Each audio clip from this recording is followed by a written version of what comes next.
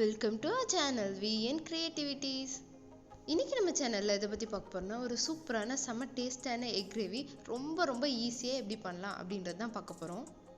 இது வந்து சப்பாத்தி, ரோட்டி, நான், தோசை எல்லாத்துக்கூடயும் சூப்பராக இருக்கும். ஏன் ரைஸ் கூட வச்சுக்கலாம், வெரைட்டி ரைஸ் கூட நீங்கள் சைட் டிஷ்ஷாக வச்சு சாப்பிட்லாம், சூப்பராக இருக்கும். நான் இதை வந்து குஸ்காக்கு சைட் டிஷ்ஷாக தாங்க பண்ணியிருந்தேன். இது ரெண்டு காம்பினேஷனுமே சூப்பராக இருந்தது. என்னைக்காவது ஒரு நாள் லேசி சண்டேயில் இந்த மாதிரி ட்ரை பண்ணி பாருங்கள், சூப்பராக இருக்கும். இது எப்படி பண்ணுறதுன்னு பார்க்கறதுக்கு முன்னாடி இப்போ தான் நீங்கள் நம்ம சேனலை ஃபஸ்ட் டைம் பார்க்குறீங்கன்னா மறக்காம சப்ஸ்கிரைப் பண்ணிடுங்க. கூட இந்த பெல் ஐக்கனை கிளிக் பண்ணிடுங்க. அப்போ தான் போகிற வீடியோஸ் நோட்டிஃபிகேஷன் உங்களுக்கு வரும். இதுக்கு ஃபஸ்ட்டு உங்களுக்கு எவ்வளோ முட்டை வேணுமோ தனியாக வேக வச்சுருங்க. அடுத்ததாக ஒரு கடாய் அடுப்பில் வச்சு அதில் கொஞ்சமாக எண்ணெய் ஊற்றிக்கலாம்.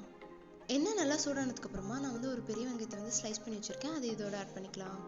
இப்போ இது எல்லாத்தையும் சேர்த்து வந்து நல்லா வதக்கிடலாம். இந்த ஆனியனை உங்களால் எந்த அளவுக்கு தின் ஸ்லைஸாக கட் பண்ண முடியுமோ அந்த அளவுக்கு நல்லா தின்னாக ஸ்லைஸாக கட் பண்ணிடுங்க. அப்போ தான் எக்கோட சேர்த்து சாப்பிடும் போது அந்த கிரேவியில் ஆனியன் இருக்கிறதே தெரியாது. இந்த ஆனியனை வந்துட்டு இந்த எண்ணெயிலே வந்துட்டு நல்லா வதக்கிடணும். இது லைட்டாக கலர் சேஞ்ச் ஆகி ப்ரௌன் கலரில் வரணும், அந்தளவுக்கு இதை நல்லா வதக்கிடணும். இப்போ பாருங்கள், ஆனியன் நல்லா வதங்கிடுச்சு. இப்போ இந்த ஸ்டேஜில் நான் 2 தக்காளியும் மிக்சியில் போட்டு அடித்து வச்சுருக்கேன், அதை இதோடு சேர்த்துக்கலாம்.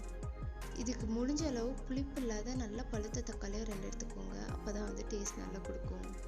அடுத்ததாக இது கூடவே 1/2 டீஸ்பூன் மிளகாய்த்தூள், 1 டீஸ்பூன் கரம் மசாலா ஆட் பண்ணிக்கலாம். உங்களுக்கு வேணும்னா ஒரு 1/4 டீஸ்பூன் வந்து மஞ்சத்தூள் ஆட் பண்ணிக்கோங்க. எனக்கு எக்கில் மஞ்சத்தூள் ஆட் பண்ண பிடிக்காது, ஸோ நான் ஆட் பண்ணல. இப்போ இது எல்லாத்தையும் நல்லா மிக்ஸ் பண்ணி விட்டுடலாம். அடுத்ததாக இது கூட 1/2 டீஸ்பூன் சோம்புத்தூள் அண்ட் 1/2 டீஸ்பூன் சீரகத்தூள் ஆட் பண்ணிக்கலாம். இப்போ இதையும் சேர்த்து நல்லா வந்து மிக்ஸ் பண்ணி விட்டுடலாம்.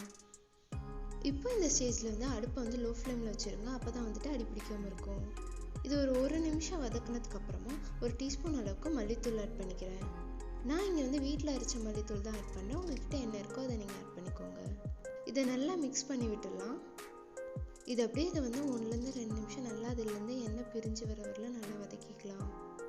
இப்போ பாருங்கள், இது நல்லா எண்ணெய் பிரிஞ்சு வர ஆரம்பிச்சிருச்சு. இந்த ஸ்டேஜில் இதில் வந்து 1 டம்ளர் அளவுக்கு கொஞ்சமாக வந்து தண்ணி ஊற்றிக்கலாம். இப்போ இது எல்லாத்தையும் சேர்த்து நல்லா மிக்ஸ் பண்ணி விட்டுடலாம். அடுத்ததாக இதுக்கு தேவையான அளவு வந்து உப்பு சேர்த்துக்கலாம். நீங்கள் வந்து முட்டை வேக வைக்கிறதுக்கு ஆல்ரெடி உப்பு போட்டிருந்தீங்க அப்படின்னா இதில் கொஞ்சம் பார்த்து உப்பு போடுங்க.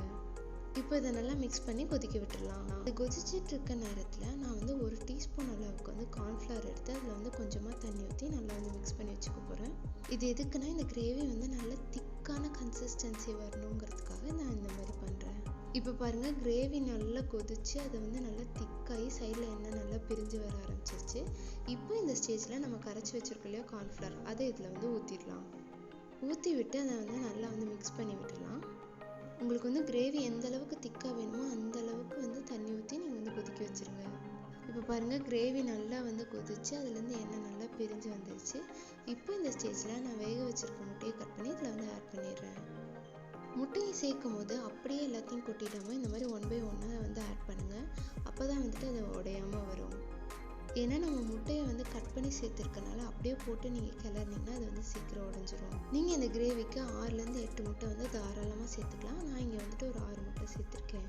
இப்போ இது எல்லாத்தையும் வந்து மிக்ஸ் பண்ணி விட்டுடலாம். மிக்ஸ் பண்ணி விடும்போது முட்டை வந்து உடஞ்சிராமல் பார்த்து வந்து மிக்ஸ் பண்ணி விடுங்க.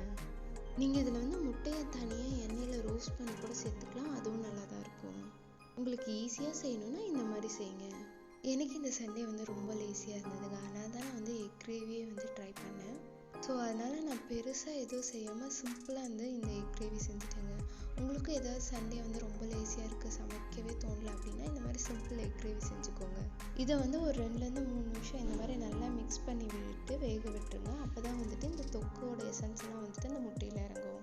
இது எல்லாத்தையும் நல்லா மிக்ஸ் பண்ணதுக்கப்புறமா இது மேலே வந்து லைட்டாக வந்து பெப்பர் தூவி விட்டுடலாம். பெப்பர் வந்து ஆப்ஷனல் தான், உங்களுக்கு வேணால் தூவி விட்டுக்கோங்க, வேணான்னா விட்டுருங்க.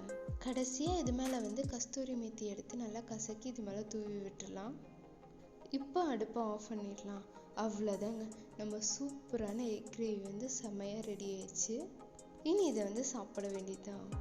மார்னிங் இதை செஞ்சு வந்து தோசை அந்த மாதிரி செஞ்சு கொடுத்துருங்க.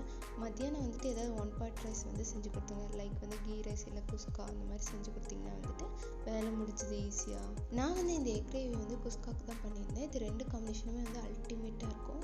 இந்த குஸ்கா எப்படி பண்ணுறது அப்படின்றத நம்ம சேனலில் வந்து ஆல்ரெடி வீடியோ போட்டிருக்கேன், அதோட லிங்க் டிஸ்கிரிப்ஷனில் போகிறேன், உங்களுக்கு வேணால் செக் பண்ணி பாருங்கள்.